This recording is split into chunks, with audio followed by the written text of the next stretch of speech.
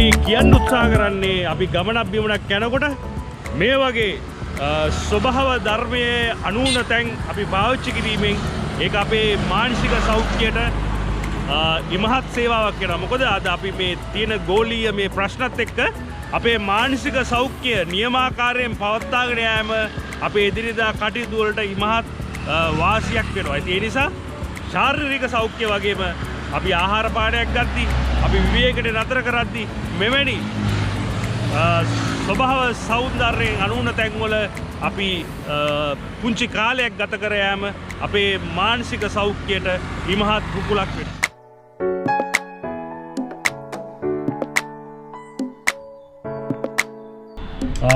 සුබ දවසක්. දැන් අපි ඉන්නේ චූටි ගමනක් යන ගමනම මේ මාර්ගය තමයි දංකොටුව කුලියාපිටිය මාර්ගය. එතකොට අපි දැන් දංකොටුව නගරේ ඉඳලා ආවේ. දැන් මේ මාර්ගය ඔස්සේ ගියාම අපිට නාත්තන්ඩිය හරහා කුලියාපිටිය දක්වා ගමන් කරන්නට පුළුවන්.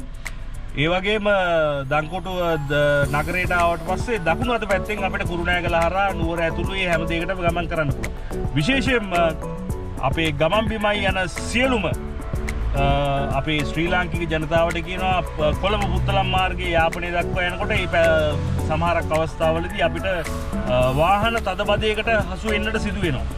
නමුත් අපි මේ විකල්ප මාර්ග පාවිච්චි කළොත් මං හිතන හැටියට වාහන තදබදය සමබර වීමේ ප්‍රවණතාවයක් තියෙනවා. 50% වගේ. එතකොට එක මාර්ගයක වාහන ගමන් කරනවා මේ සහ මේ මාර්ග දෙක පාවිච්චි කිරීමේදී අපිට වාහන තදබදය අඩු කර ගැනීම හා සමානවම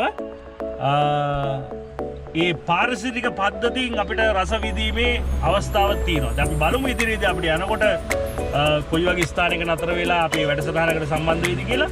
අපි කැමති වෙනසකටත් හැටියට අපි මේ යන මාර්ගය ගැන ඔයගොල්ලන්ට පොඩි දැනුවත් කිරීමක් කරන්න.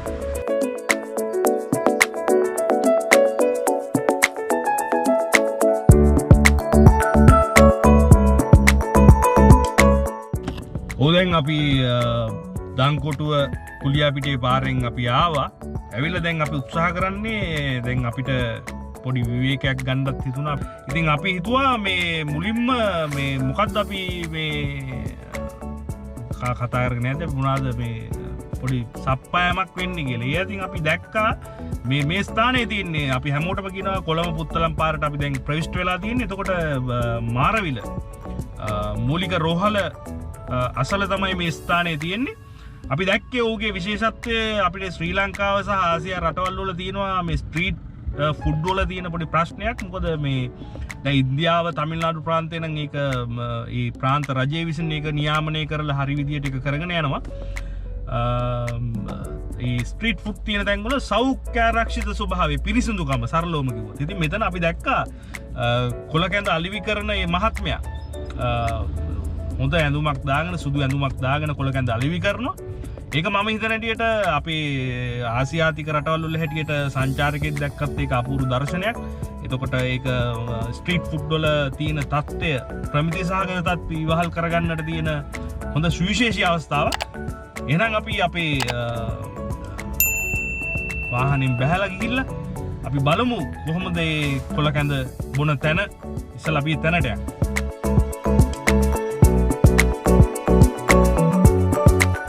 ඔව් අපි දැන් මේ කොළකඳ විකුණන ස්ථානයට ඇවිල්ලා ඉන්නේ. අත වශයෙන්ම දැන් අපි දකිනවා පිටිපස්සෙන් අදාළ ස්ථානයේ තියෙනවා මේ කොළකඳ විකුණන මහත්මයා. අතන හොඳ ඇඳුමක් කස්ටියුම් එකක් දාගෙන ඉන්නවා. මම ඉදරට මමත් ලංකාවේ හැමතැනටම යද්දී මේ විදිහට ඇඳගෙන කොළකඳ විකුණන මහත්මයෙක්ම මම නම් තාම දැකලා නැහැ.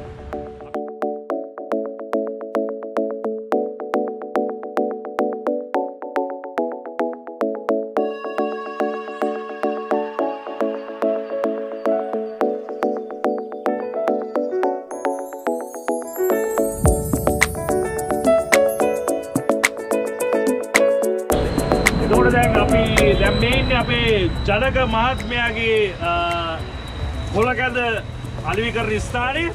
දැන් අපිට අර පාරිභෝගිකයෙක් මේ මෙතන ඉඳලා ලස්සන කතාවක් කිව්වා. මේ ජනක මහත්මයා තමයි අපිට මාස්ක් ලෙඩේ බෝ කරේ කියලා. ඒ කියන්නේ කොරෝනා වූහාන් වල ආරම්භ වෙන්න ඉස්සෙල්ලා තිබිච්ච කාලයට ඉස්සෙල්ලා මේ ජනක මහත්මයා මේ විදියට මේ ඇවිල්ලා කියන්නේ මේ මාස්ක් එකක් දාලා මේ විදියට මේ ඔපරේෂන් තියටර් එකක ඉන්නවා වගේ මේ කොලකඳ අලිවි කරන්න පටන් අරගෙන අර සෞඛ්‍ය ආරක්ෂිත ස්වභාවය. ඒ කියන්නේ මෙවැනි අපි අත්දැකීම් දකින්නේ යුරෝපයේ සහ වෙනත් බටහිර රටවල් වල. ඉතින් මේ වගේ ශ්‍රී ලංකාව වගේ මේ ආසියාත රටක මේ වගේ කෙනෙක් ඉන්නවා කියන්නේ හරිම වටින ක්‍රියාවක්. ඉතින් මේ මෙතන ජනක මහත්මයා කොලකැඳ හොන්න දෙනවා වගේම මේක ඩිලිවරි කරනවා ඕන කෙනෙකුට. ඉතින් දැන් අපි මහත්මෙක් ගත්තා මේ කොලකැඳේ ගෙදර ගෙනියන්නේ එතුමාත් දීලා එතුමාගේ මේ බහර්යාවටත් එහෙම නැත්නම් අම්මට එහෙම නැත්නම් දරුවන්ට එහෙම නැත්නම් තමුන්ගේ සහෝදර සහෝදරියෙකුට. ඉතින් මෙවැනි පහසුකමක් අපේ ජනක මහත්මයා මෙතන දීලා තියෙනවා.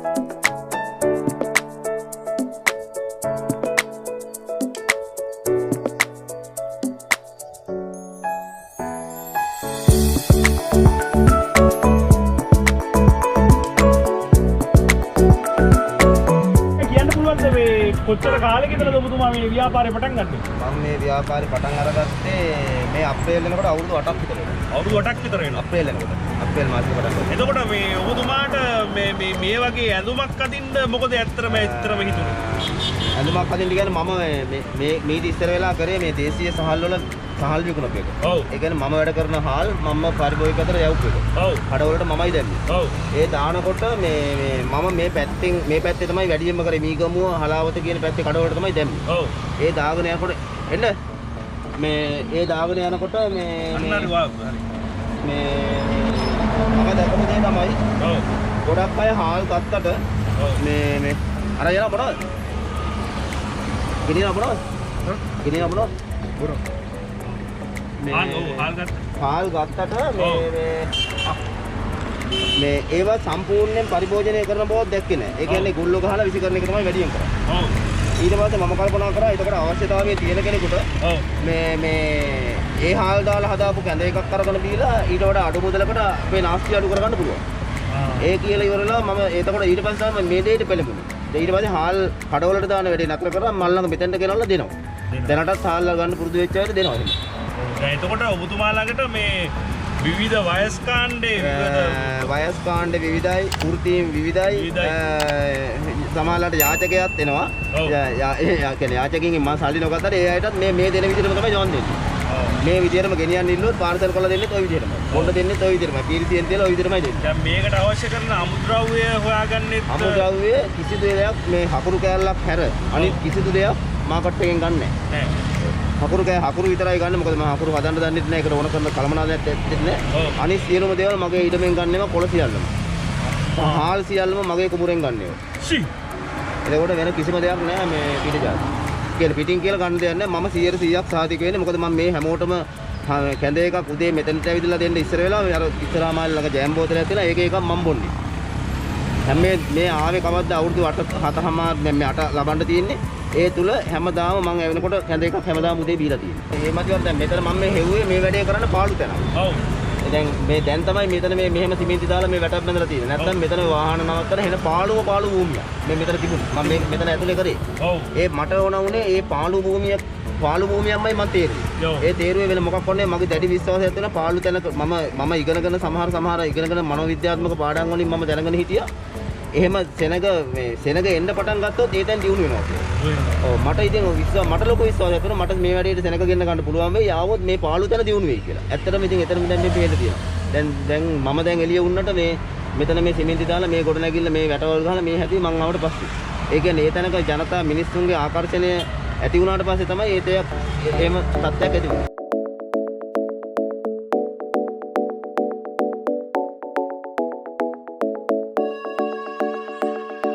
එතකොට ජනක මහත්මයා අපිට කියන්න ඔයා දැන් මෙතනින් යන කොළඹ පුත්තලම් මාර්ගය යන කට්ටිය මාරවේ ස්පිරිතාලයට ආසන්න ඔබතුමා ඉන්නේ. ඔබතුමා මේ සතියේ දවස්වල ඉන්න කාල සීමාවයි ඔබතුමා මෙතනින් යන කාල සීමාවයි මේ සම්බන්ධව පොඩ්ඩක් දැනුවත් කරන්න. දැන් මම සාමාන්‍යයෙන් සතිය දවසවල ඉරිදාට එන්නේ නැහැ. ඔව්. ඉරිදාට එන්නේ නැත්නම් සාමාන්‍යයෙන් මම ආවොත් ඉරිදාට තමයි බිස්නස් වැඩිම දවස. ඒ වුණාට මම ඉරිදා කියන දවස් ඉතුරු කරගෙන තියෙන්නේ එකක් තමයි මගේ කුඹුරු වල වැඩ අනම්මනම් වලට මට උදේ වරුවේ යන්න වෙලාවක් නැහැ. උදේ යන්න තමයි ඉරිදා කියන දවසේ තියෙන්නේ. පෞද්ගලික ගමන් ගෙදර තියෙන ඒවා ඔක්කොම ඉරිදාට තමයි තියෙන්නේ. එතකොට ඉරිදා කියන දවසේ එකක් තමයි මම නිමාඩු හිටියොත් තමයි මට සවුද නැවුම් දවසක් හැටියට වැඩ කරන්න. අලුත් දවසක් හැටියට එන්න පුළුවන් වෙන්නේ නැත්නම් මට හැමදාම එක වගේ වෙනවා. එක වගේ වුණොත් සමහරලාට අර පොඩි මානසිකව තියෙන තෘප්තිය කියන එක අඩු වෙනවා. දැන් ඒකේ අලුත් දවසකින් පටන් ගන්නවා. එතකොට අපි සෙනසුරාදා වෙද්දි ඉවර කරනවා. එතකොට ඒ වගේ අර අපිට හැදිච්ච එකක් තියෙනවා. ඕනම තැනක ඉස්කෝලේ ළමයෙකුට සවුද කියන අලුත් දවසක්, රජයේ සේවකයෙකුට සවුද කියන අලුත් දවසක්, ඒ වගේ අපිටත් අලුත් දවසක් හැටියට දවසක් නිර්මාණය කරගෙන තමයි තියෙන්නේ. ඒ අතරින් අර ඉරිදා කියන දවස මම ප්‍රයෝජනයට ගන්නවා මගේ තියෙන අනිත් වැඩවලට. ඔබතුමා දැන් මෙතන සතියේ හැම දවසකම ඉන්නවා. මම සතියේ හැම දවසකම ඉන්නවා උදේ 10 වෙනකම්. කියන්නේ උදේ 6ට 6 විතර ඉඳලා 10 විතර වෙනකම් ඉන්නවා. හැබැයි 10ට කලින් ඉවර වුණොත් 10ට කලින් අස් කරනවා. හැබැයි 10න් පස්සේ කැඳ කොච්චර මේක හැමම ඉතුරු වුණත් 10න් පස්සේ මම ඒ කාටවත් කැඳ විකුණන්නේ නැහැ. හරි. දැන් එහෙනම් අපිට කැඳ එකක් ඔබතුමා පාසල් කරලා දෙන්න. අපි දැන් යනවා කටුනේරිය බීච් එකට.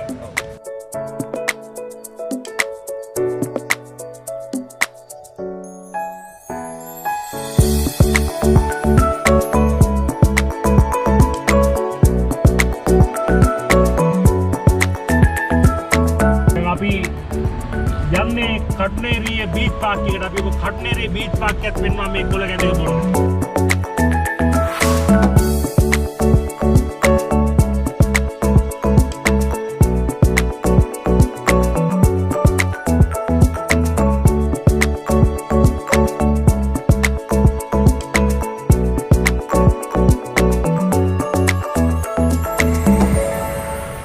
අකුණු ගහනවා, යක්කු නටනවා. අපි කොළ කැඳ බොනවා. දැන් ඔයගොල්ලෝ හිතයි මොකද්ද මේ අකුණු ගැහිල්ලයි යක්කු නැටිල්ලයි කියලා. ඇත්ත වශයෙන්ම මේක ඉන්දියාවේ තමිල්නාඩු ප්‍රාන්තයේ තියෙන ගීතයක්. ඒ වගේ ගීතයක් ශ්‍රී ලංකාවෙත් තියෙනවා ඒ පරිවර්තනයෙන්ම සහිත. ඉතින් ඉන්දියාව කියන්නේ නිතරම අකුණු සැර වලින් විශාල ප්‍රමාණයක් මිය යන රටක්.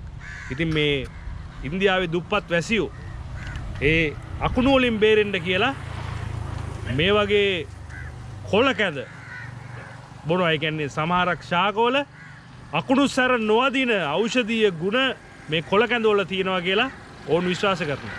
ඉතින් අපිත් දැන් කටුනේරිය බීච් පාක් එකේ ඉඳලා මේ වගේ කොළ කැඳ එකක් බොනවා.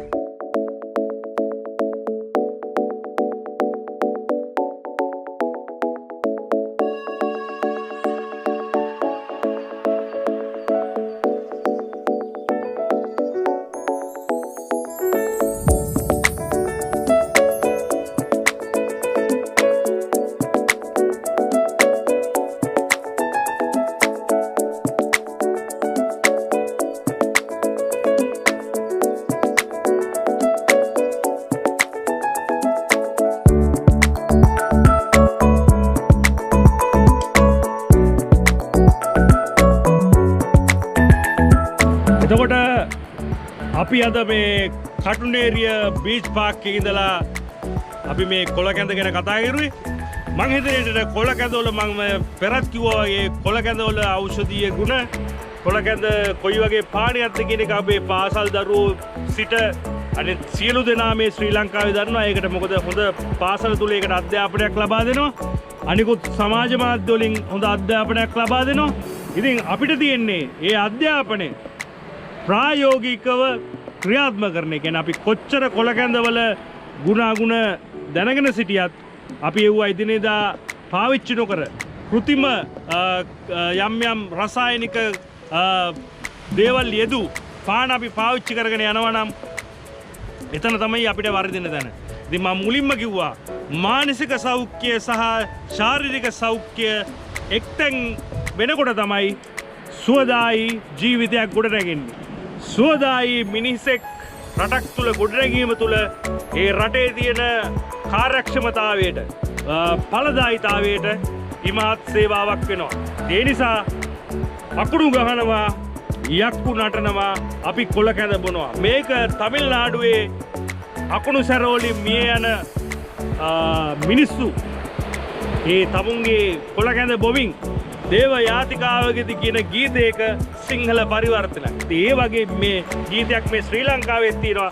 ඒ කියන්නේ ඒ කාලේ මිනිස්සු මේ ගස්වල තියෙන සාරය යුෂ තමුන්ගේ ස්වභාව ධර්මයෙන් එල්ල වෙන පීඩනවලදී ඒවා පාවිච්චි කරලා ස්වභාව ධර්මයේ දේ තුල ස්වභාව ධර්මයට බද්ධ වෙලා කෘතිම දේවල් තුල නැතුව ස්වභාව ධර්මයෙන්ම පිළිතුරු හොයන්න ඒ කාලෙත් පුරුදුලා හිටියා මේ 21 වෙනි සියවසේ මේ කාලෙත් පුරුදු වෙලා සිටින. එහෙනම් අපි කටුනේරිය බීච් පාක් එකේ ඉඳලා මේ වැඩසටහනින් අපි සමුගන්නවා. මේ channel එක subscribe කරගෙන යන්න. අපි මෙවැනි නැවුම් වීඩියෝ එකක් අරගෙන නැවතත් ඔබ හමුවට එනවා.